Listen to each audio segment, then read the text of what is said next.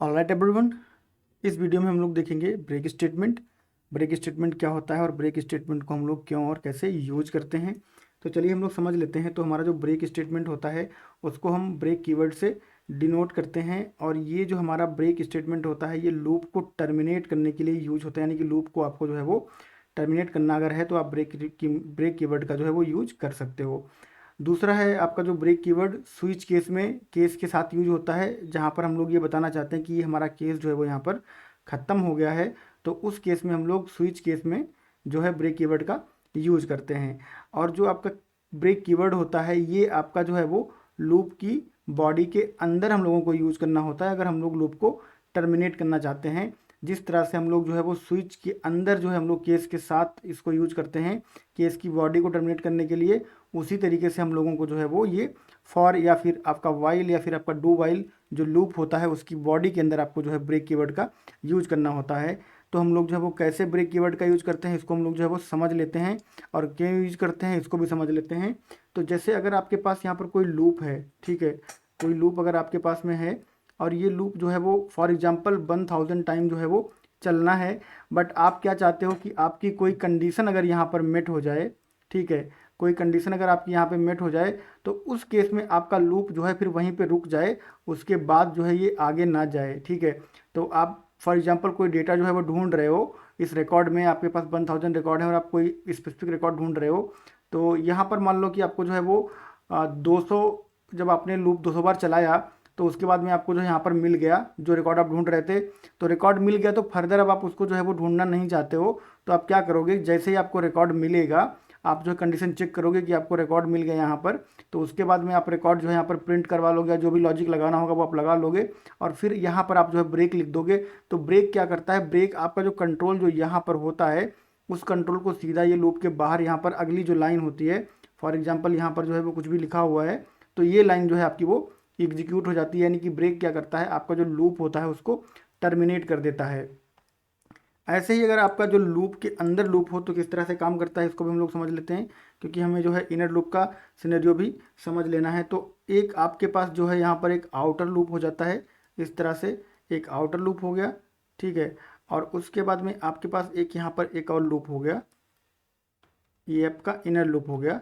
तो अगर आप इनर लूप के अंदर ब्रेक स्टेटमेंट यूज करते हो, अगर आप यहाँ पे कंडीशन लगाते हो और आपकी कंडीशन जो है वो मेट हो जाती है, तो ब्रेक स्टेटमेंट क्या करेगा, इस जो इनर लूप है इसको टर्मिनेट कर देगा। यहाँ पर जो आपका स्टेटमेंट रहेगा वो स्टेटमेंट आपका एग्जीक्यूट होगा, बट आउटर लूप आपका जो है वो फर्दर चलता रहेगा, ठीक है। तो जिस लूप के अंदर आप ब्रेक कीवर्ड यूज करते हो उस लूप को जो है वो ब्रेक करता है, फर्दर लूप पे जो है उसका कोई इफेक्ट नहीं पड़ता। ऐसा नहीं होता है कि अगर आपने जो है वो कहीं पे आपकी लूप की नेस्टिंग है 2 या 3 लेवल की और आपने जो है वो सबसे लास्ट में ब्रेक कीवर्ड यूज किया हुआ है तो वो सारे लूप को टर्मिनेट करके बाहर आ जाएगा, ऐसा नहीं होगा। जिस लूप के अंदर यूज हुआ है उस लूप को टर्मिनेट करके ये बाहर आ जाएगा। तो कैसे हम लोग यूज करते हैं इसको हम लोग जो है यहाँ पे देख लेते हैं। फॉर एग्जाम्पल हम लोगों ने यहाँ पे क्या हुआ, एक वेरिएबल लिया हुआ है, जो हमारा वेरिएबल है ए इक्वल टू 5, और यहाँ पर हम कंडीशन चेक कर रहे हैं कि while a greater than equal to 0, तब तक ये कंडीशन हमारी जो है वो ट्रू रहे, और यहाँ पर हम डिक्रीमेंट कर रहे हैं। तो यहाँ पर जैसे ही ए इक्वल टू 3 होगा ये लूप आपका जो है वो ब्रेक हो जाएगा और फर्दर जो लॉजिक है आपका एग्जीक्यूट नहीं होगा। यहाँ से कंट्रोल आपका जो है वो तुरंत बाहर आ जाएगा, करली ब्रेसेस के बाहर जो भी आपका स्टेटमेंट रहेगा वो स्टेटमेंट आपका जो है एग्जीक्यूट हो जाएगा और लूप आपका टर्मिनेट हो जाएगा। ऐसे ही स्विच केस में क्या करते हैं हम लोग, यहाँ पर जो है वो ब्रेक यूज करते हैं। उससे ये पता चलता है कि हमारा जो केस का लॉजिक है यहाँ पर जो भी हमने वो लिखा है, यहाँ पर आपका मल्टीलाइन भी हो सकता है, आपका जो है यहाँ पे फंक्शन भी हो सकता है, बहुत सारी चीज़ आप लिख सकते हो, पर जो भी लॉजिक है वो एग्जीक्यूट होके ये पर्टिकुलर जो केसेस हैं आपके यहाँ पर वो यहीं पे ख़त्म हो जा रहे हैं, और फिर यहाँ से जो है वो फर्दर लॉजिक शुरू हो रहा है। तो आपका जो ब्रेक स्टेटमेंट होता है वो इसीलिए यूज होता है कि आपका जो स्विच केस होता है उसमें आपके केस की बॉडी को टर्मिनेट करने के लिए बताता है कि यहाँ पे टर्मिनेट हो गई है, और जो आपके लूप होते हैं उनमें ये लूप की बॉडी को टर्मिनेट करता है कंडीशन के हिसाब से। तो जो आपका स्विच केस में ब्रेक यूज होता है ये आपका अनकंडीशनल होता है, आपको यूज करना ही करना है। बट जो आपका फॉर लूप में या वाइल लूप में या डू वाइल लूप में, यानी कि लूप के अंदर जो आपका ब्रेक कीवर्ड यूज होता है वो आपका कंडीशन के साथ यूज होता है। अगर आप उसको ऐसे ही लगा दोगे तो आपका लूप जो है वो बिना कंडीशन के टर्मिनेट हो जाएगा। तो आपको जो है वो ध्यान से ब्रेक स्टेटमेंट का यूज करना है। तो हम लोग चलते हैं विजुअल स्टूडियो पे और एक प्रोग्राम जो है बना के देखते हैं और समझते हैं कि कैसे हमारा जो ब्रेक स्टेटमेंट है वो काम करता है। तो यहाँ पे हम लोग जो है वो ले लेते हैं एक फॉर लूप बना लेते हैं और यहाँ पे इस फॉर लूप को हम लोग जो है वो कुछ टाइम्स चला देंगे। तो यहाँ पर हम लोग जो ले लेते हैं फॉर एग्जांपल 10 टाइम्स ले लेते हैं, इनफ रहेगा हमारे लिए समझने के लिए, ठीक है। तो जब तक हमारा आई जो है वो लेस देन इक्वल टू 10 है तब तक हम लोग क्या करेंगे, यहाँ पे कुछ जो है वो प्रिंट करवा देंगे। फॉर एग्जांपल हम लोग यहाँ पर जो है वो आई की वैल्यू को जो है वो प्रिंट करवा देते हैं, सिंपली प्रिंट हो जाएगा यहाँ पे इस तरह से, ठीक है। आई की वैल्यू को प्रिंट करवा देते हैं।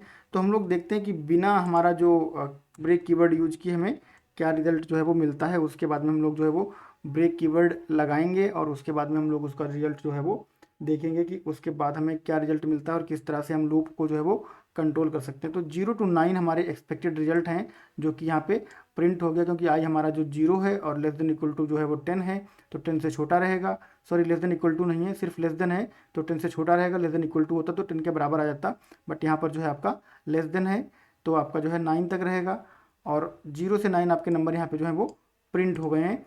अब अगर मान लीजिए आप ये चाहते हो कि आपका जो लूप है वो कितने भी टाइम यहाँ पे मतलब कंडीशन जो भी हो, बट आपको जो है वो 5 के बाहर जाना ही नहीं है, तो आप क्या कर दोगे, यहाँ पे आप कर दोगे इफ़ आई इक्वल टू 5, तो आप यहाँ पे जो है वो ब्रेक लगा दोगे, ठीक है। और इफ़ में जब कभी आप जो है वो सिंगल स्टेटमेंट यूज करते हो तो आपको ब्रेसेस लगाने की ज़रूरत नहीं होती है। जब आपके पास मल्टीपल स्टेटमेंट होते हैं तब आपको जो है वो करली ब्रेसेस लगाने की जरूरत होती है। अगर आपका सिंगल स्टेटमेंट है तो आप जो है वो सीधा यहाँ पे इंडेंट करके भी लिख सकते हो। तो अब हम यहाँ पे जो है वो ब्रेक पॉइंट लगा देते हैं और ब्रेक पॉइंट लगा के इसको हम लोग जो है वो समझेंगे तो आपको अच्छे से समझ में आएगा कि क्या यहाँ पर जो है वो चलता है एक्चुअली। तो जैसे ही आपकी आई जो है वो 5 के बराबर होगी आपका लूप जो है वो टर्मिनेट हो जाएगा। तो इसको हम लोग जो है स्टेप बाय स्टेप करके देखेंगे। तो हम लोग यहाँ पे डिबग करेंगे, तो डिबग के लिए हम लोग F10 करेंगे। यहाँ पर आएंगे, सबसे पहले आपकी वैल्यू जो है इनिशियलाइज होती है, हम लोग पढ़ चुके हैं लूप डिटेल में कि किस तरह से लूप काम करता है। तो वैल्यू इनिशियलाइज हो जाएगी, उसके बाद में कंडीशन चेक होगी फॉर द फर्स्ट टाइम और कंडीशन आपकी यहाँ पे जो है वो ट्रू है तो आपका जो लूप है वो एग्जीक्यूट होना शुरू हो जाएगा। अब यहाँ पे चेक करेगा कि क्या आई 5 के बराबर है, तो अभी आपका आई जो है वो 5 के बराबर यहाँ पर नहीं है क्योंकि 0 है। उसको मैं यहाँ पे पिन अप कर देता हूँ तो आपको जो है वो यहाँ पे दिखता रहेगा, मुझे बार बार जो है वहाँ पे होवर ओवर नहीं करना पड़ेगा। और जब मैं इसको पिन अप करता हूँ तो मुझे थोड़ा सा प्रॉब्लम होता है इसको दूर ले जाने में। यहाँ पे आ गया है ये, ठीक है। तो अब हम लोग क्या करेंगे, आगे बढ़ेंगे। आपका ब्रेक स्टेटमेंट जो है वो एग्जीक्यूट नहीं हुआ है और आपकी आई की वैल्यू जो है वो प्रिंट हो गई है। उसके बाद में फिर से आई इंक्रीमेंट होगा, फिर से कंडीशन चेक होगी और अब आपकी आई की वैल्यू जो है यहाँ पर वो 1 हो गई है। फिर आपकी आई की वैल्यू जो है इस तरह से 2 हो जाएगी, आई की वैल्यू जो है वो यहाँ पे 3 हो जाएगी और फिर आई की वैल्यू 4 हो जाएगी। और जब आई की वैल्यू 5 हो जाएगी तब आपको ध्यान देना है इफ़ स्टेटमेंट पे।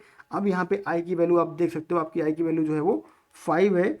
तो अब क्या होने वाला है, अब यहाँ पर जो है आपका ब्रेक स्टेटमेंट एग्जीक्यूट होगा और जैसे ही ब्रेक स्टेटमेंट एग्जीक्यूट होगा आप देखना कि कंट्रोल कहाँ जाता है। कंट्रोल आपका यहाँ पे आएगा कंसोल डॉट रीड पे, क्योंकि इस स्टेटमेंट के जस्ट बाहर कंसोल डॉट रीड है।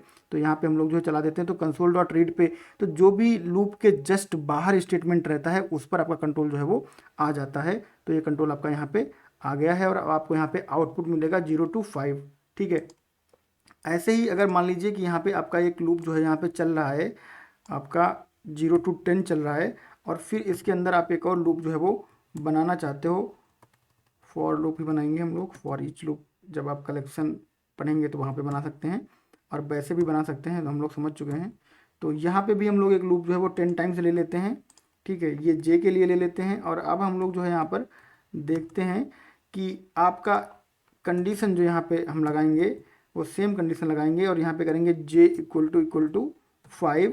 तो क्या करें, ये ब्रेक कर दे यहाँ पे। और हम लोग समझ चुके हैं कि अगर हमारे पास सिंगल स्टेटमेंट है इफ़ के अंदर तो उसको हम इंडेंट करके भी ऐसे जो है वो लिख सकते हैं, ब्रेसेस लगाने की ज़रूरत नहीं है, ठीक है। तो अब यहाँ पर एक हमारा रहेगा कंसोल डॉट राइट लाइन, इसमें हम लोग लिख देते हैं डॉलर स्ट्रिंग लगाएंगे और लिखेंगे वैल्यू ऑफ जे इज, और यहाँ पर आप करली ब्रेसेस लगा के यहाँ पर जे पास कर सकते हो, ठीक है। तो ये आपका डॉलर स्ट्रिंग है, स्ट्रिंग इंटरपोलेशन का नया तरीका। और यहाँ पे जो लूप हमारा है इसमें हम लोग जो है वो लिखेंगे वैल्यू ऑफ वाई और value of I, not Y, value of I, और यहाँ पे हम लोग जो है वो आई पास कर देंगे, ठीक है। और ये हो जाएगा आपका वैल्यू ऑफ आई। और यहाँ पे हम लोग लिखेंगे, ये हमारा लूप है, लूप के बाहर एक और CW डाल देते हैं कंसोल डॉट राइट लाइन और यहाँ पे लिख देंगे लूप्स आर कंप्लीटेड। लूप्स बोला मैंने क्योंकि यहाँ पे दो लूप हैं और इतना बाहर आ गए हम लोग कि दोनों लूप यहाँ पे जो है वो कंप्लीट हो जाएंगे आपके। तो लूप्स जो है हमारे, ये इनर लूप हमारा कंप्लीट हो जाएगा और ये आउटर लूप कंप्लीट हो जाएगा, उसके बाद में हम लोग यहाँ पर जो है वो बाहर आएंगे।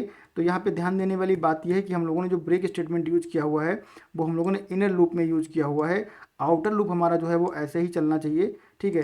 तो अब हम लोग जो है इसको चलाते हैं एक बार और फिर हम लोग जो है इसको समझ लेते हैं ताकि आपका कॉन्सेप्ट जो है वो ब्रेक स्टेटमेंट के बारे में क्लियर हो जाए। तो यहाँ पर जो है हमारा, हम लोगों ने जो ब्रेक पॉइंट लगाया है वो हिट नहीं हुआ है क्योंकि मैंने इसको कंट्रोल F5 कर दिया है। तो मैं इसको जो है फिर से F5 करके चलाता हूँ क्योंकि मैंने जो है इसको विदाउट डिबग रन कर दिया था, इसलिए हमारा जो है वो ब्रेक पॉइंट हिट नहीं हुआ। तो अब हमारा ब्रेक पॉइंट हिट हुआ है। अब हम लोग फिर से चलेंगे तो यहाँ पे आपका इनिशियलाइजेशन होगा, कंडीशन चेक होगा और उसके बाद में आप यहाँ पे जो है आओगे और फिर आपका आई की पहली वैल्यू के लिए जे का जो लूप है, इनर लूप है, वो एग्जीक्यूट होगा यहाँ पे। और यहाँ पर ये जो जे लूप आपका है या इनर लूप है वो आपका चलेगा 4 बार चलेगा ये, ठीक है। 0 to 4 चलेगा और उसके बाद में आपका जो लूप है वो यहाँ पे टर्मिनेट हो जाएगा। तो नेक्स्ट टाइम में आपका लूप जो यहाँ पे है वो टर्मिनेट हो जाएगा। यहाँ पे आ गया ब्रेक स्टेटमेंट। अब देखिए यहाँ पे जो आपका ये वाला स्टेटमेंट है अब ये एग्जीक्यूट होने वाला है क्योंकि ये इनर लूप से बाहर निकल रहा है। तो यहाँ पे हम लोग जो है वो आएंगे तो ये आपका जो है वो वैल्यू ऑफ आई जो कि अभी यहाँ पे जो है वो 0 रहेगी वो प्रिंट हो जाएगी। तो पहले इसने क्या किया, इसने जो है वो पहले प्रिंट किया जे की वैल्यू, ठीक है। 0 to 4 जे की वैल्यू प्रिंट की, फिर यहाँ पे आई की वैल्यू प्रिंट कर रहा है। अब ये जाएगा ऊपर वाले लूप में, ऊपर वाला लूप फिर से जो है वैसे ही चलेगा, फिर से वैल्यू प्रिंट होगी।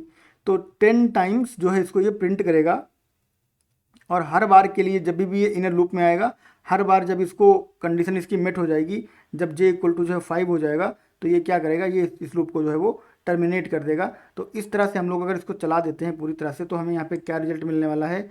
तो सबसे पहले हम लोग ऊपर चलते हैं और ऊपर से इसको जो है समझते हैं। तो सबसे पहले आपका जो जे है वो 0 to 4 प्रिंट होता है, उसके बाद में आपकी आई की वैल्यू प्रिंट होती है, ठीक है। उसके बाद फिर आपका जे 0 to 4 प्रिंट होता है, फिर आपकी आई की वैल्यू प्रिंट होती है, फिर आपका 0 to 4 जो है जे प्रिंट होता है, फिर आपकी आई की वैल्यू प्रिंट होती है, फिर आपका जो है 0 to 4 जे प्रिंट होता है, फिर आपकी आई की वैल्यू प्रिंट होती है। क्योंकि 5 आते आते आपका जे जो है इनर लूप जो है टर्मिनेट हो जाता है और आई की वैल्यू जो है वो फिर इंक्रीमेंट हो जाती है। तो इस तरह से हम लोग जो है वो यूज कर सकते हैं लूप में ब्रेक स्टेटमेंट किसी भी कंडीशन के हिसाब से लूप को ब्रेक करने के लिए। और इनर लूप में अगर यूज करते हैं ब्रेक तो इनर को ब्रेक करेगा, और अगर आउटर में यूज करते हैं तो आउटर को ब्रेक करेगा। और अगर आपको दोनों में यूज करना है तो आप दोनों में यूज कर सकते हो, इफ कंडीशन लगा के कोई प्रॉब्लम नहीं है। आप यहाँ पे आओगे और उसके बाद में आप यहाँ पे जो है वो इस तरह से लगा दोगे। तो आप जो है ऐसे भी कर सकते हो कि आप जो है वो सारे जितने भी लूप हैं उनको भी कंडीशनली आप जो है ब्रेक कर सकते हो। यहाँ पे हमारा वेरिएबल जो है वो आई रहेगा क्योंकि जे हमारा जो है वो लोकल स्कोप्ड वेरिएबल है। तो हमारा जो है ये फॉर जो हमारा इनर फॉर है उसके अंदर रहेगा, आउटर फॉर में नहीं रहेगा, ठीक है। तो इसको अगर हम लोग एक बार फिर से रन करवाएंगे तो अभी हमारा जो आई है वो 10 टाइम्स रन हुआ था, यानी कि आई की वैल्यू जो है 9 हुई थी। अभी हम लोग की आई की वैल्यू जो है वो 5 रहेगी, 5 पहुँचते पहुँचते जो है वो टर्मिनेट हो जाएगा, यानी कि 0 to 4 रहेगा। तो इसको मैं जो है कंट्रोल F5 कर देता हूँ और यहाँ पर आप जो है इसको समझ सकते हो कि जब मैं कंट्रोल F5 करूँगा तो आपकी जो वैल्यू है वो यहाँ पर आई की वैल्यू 4 टाइम्स प्रिंट होगी। बट रिमेनिंग लॉजिक जो है आपका सेम रहेगा कि जे आपका 0 to 4 रन होगा, फिर आपका आई रन होगा, फिर जे 0 to 4 रन होगा, फिर आई रन होगा। और यहाँ पर हमने आई पे लिमिट लगा दी थी तो आई हमारा जो है वो 4 पे आके यहाँ पे रुक गया है। तो इस तरह से आप जो है वो यूज कर सकते हो ब्रेक स्टेटमेंट अपने लूप को टर्मिनेट करने के लिए किसी कंडीशन के हिसाब से। और जब इस तरह से आप जो है वो लूप को टर्मिनेट करते हो तो इसको हम लोग बोलते हैं pre mature termination of loop, यानी कि लूप आपका जो है वो प्री मेच्योर टर्मिनेट हो रहा है। क्योंकि मेच्योरिटी के लिए इसको जो है 10 टाइम्स रन होना चाहिए कायदे से, लेकिन किसी कंडीशन पे हम लोग इसको ब्रेक कर रहे हैं तो ये हम इसको प्री मेच्योरली ब्रेक कर रहे हैं। तो अगर आपको पूछा जाता है कि जो लूप आपका है उसका प्री मेच्योर ब्रेक क्या होता है या फिर प्री मेच्योर कंप्लीशन क्या होता है, तो प्री मेच्योर कंप्लीशन यही होता है कि कंडीशन के हिसाब से हम लोग ब्रेक कीवर्ड यूज करके उसको फोर्सफुली टर्मिनेट करवा रहे हैं। तो इसको हम लोग बोलते हैं प्री मेच्योर टर्मिनेशन, यानी कि लूप आपका जो है वो मेच्योरिटी से पहले कंडीशन मिलने की वजह से टर्मिनेट करवा दिया गया है, इसलिए ये हो गया इसका प्री मेच्योर टर्मिनेशन। ऑलराइट, तो होपफुली आपको जो है वो ब्रेक कीवर्ड अच्छे से समझ में आ गया होगा। अगर आपको कोई कंसर्न, कोई कन्फ्यूजन, कोई क्वेश्चन रह जाता है तो आप कमेंट बॉक्स में कमेंट करके पूछ सकते हो। Thank you.